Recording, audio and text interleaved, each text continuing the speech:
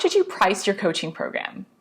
After having helped hundreds of new coaches set the perfect price for themselves from day one, I know how to help you walk that fine line between charging too much, which means no sales, and charging too little, which means you are overworked and overwhelmed. That's why in this video, I'm going to help you figure out your perfect coaching program price. Make sure you stay until the end because I'll also be showing you how to get your first paying coaching client at that perfect price. And of course, make sure you hit that subscribe button to get notified when I release a new video every week on building your own online coaching business.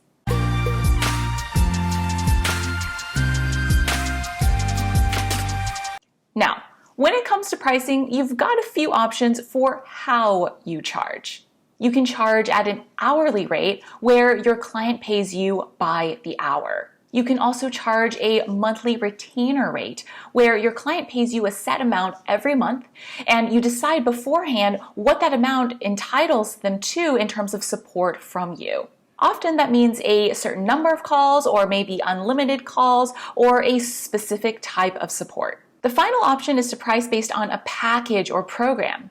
For example, a 3-month program with 12 calls. I don't recommend charging hourly because that trains your clients to see your pricing as an exchange for your time. As a coach, you want to make sure that your clients see their investment in you as an exchange for the value, the result that they will get through working with you as their coach.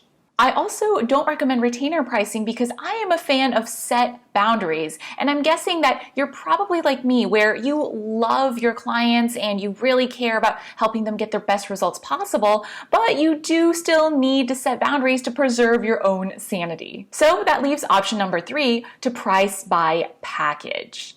And I love this option also because it allows you to position your coaching and your pricing around the value, the result that your client is going to get, which is what coaching is all about anyways. So now that you know how to price, let's talk about your actual pricing and numbers. Again, you have a few options, so let's talk through them. The first pricing strategy that's available to you is called penetration pricing.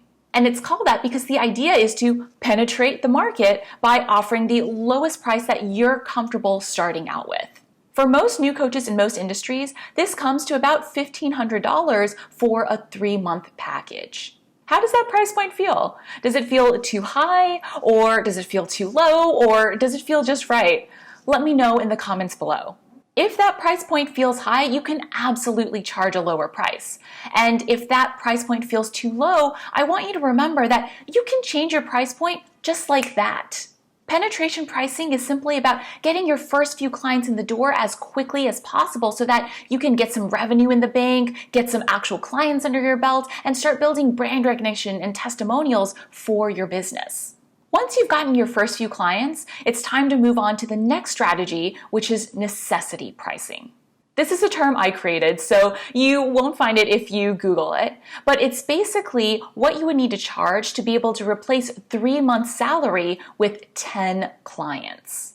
If $1,500 or less is that price, then you are already set here. If that price needs to be higher, then at this point, you've got clients, you've got testimonials, you've got some brand recognition, and this is the perfect time to start raising that price. And finally, at this point, you've worked with clients, your brand is established, you have revenue in the bank, you're starting to get consistent sales inquiries, and you are ready to choose your own price. You have earned it. And this doesn't have to take that long, by the way. For many of my students, they reach this point within just a few months or within their first 10 clients or so. At this point, if you feel that the value your clients are getting way exceeds your price, then you can raise your price to better match that value. Or you can set a price that feels more fair to you based on the industry that you're in, based on what your competitors are charging.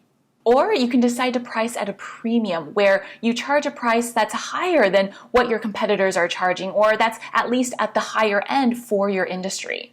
Be careful though, because of course you have to be able to back this up with a correspondingly higher value. The beauty of having your own business is that you get to decide. And if you can't choose one right now, then choose the one that feels best to you and test it. Remember, your pricing is not set in stone. You are in control. And there you have it. Hopefully, now you have a price that feels good to you and you're ready to go out there and get your first or next paying client at that price. If so, I've got you covered there too, because I've got a great video on how to use social media to get your first or next paying clients. I share with you my top mistakes to avoid, my perfect content formula for tons of engagement, and some of my best examples for how to connect and build real relationships with your audience. It's in the link description below, so make sure you check it out. Plus, if you want my proven 15-second script to get your first paying client, make sure that you check it out as well in the description below.